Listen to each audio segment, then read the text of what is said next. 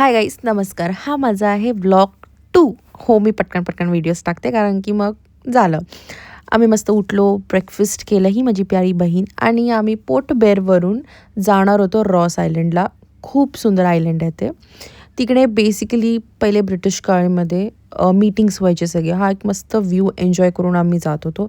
आम्हाला 1 hour 50 या 20 minutes तरी लागले तिथे जायला.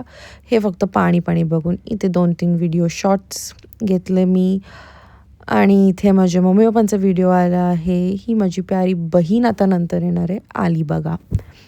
आणि त्याच्यानंतर असंच करता व्हिडिओज काढता आम्ही पोचलो रॉस आयलंडला. खूप शांत आयलंड होता हा, खूप मस्त आयलंड होता. आणि आमचं वेलकम केलं हे क्यूट डिओजनी. म्हणजे तिथे एक बाई आहे, हे तिचे डिओज आहेत. टोटल तिच्याकडे 500 समथिंग डिओज आहेत.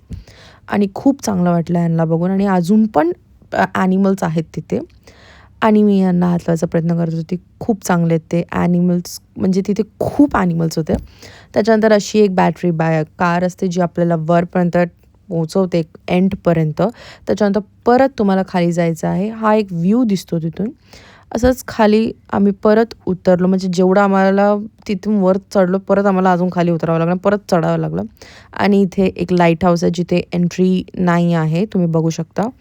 आणि तिथपर्यंत पोचलो. हा खूप ब्युटिफुल आम्ही आयलंड एक्सप्लोअर केला. आणि मस्त पाणीच पाणी बघून आम्ही वर जसं येतो तसं आमचं इथे पिकॉक दिसलं.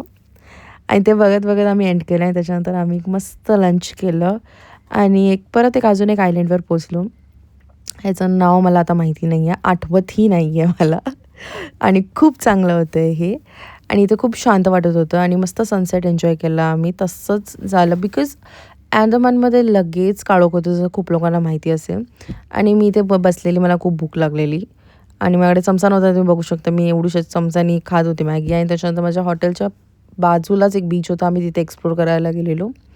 तेच करून आम्ही लगेच घरी आलो, आणि तसंच मस्ती करत दिवस संपवला. Bye, good night. Next vlog.